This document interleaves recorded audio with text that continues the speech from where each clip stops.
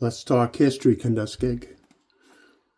Let's clean the snow off that time machine and see if we can head back to August 6, 1907.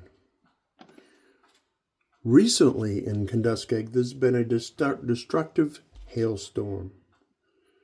Few people realize the devastating effect of the hailstorm in the Kunduskig section. The farmers in the region have suffered losses to their growing crops, accounting to thousands of dollars. In more than one case, the time and labor of spring and summer have gone for nothing. The Pullen farm on the Stetson Road, talking to Father Pullen, estimates his losses at $900. He showed us exhibits of the devastating effects of this terrible hailstorm.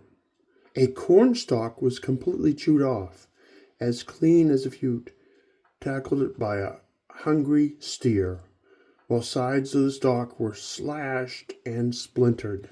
A tomato, although green, had been taken out and stripped almost in half. The standing crops were literally thrashed by the hail.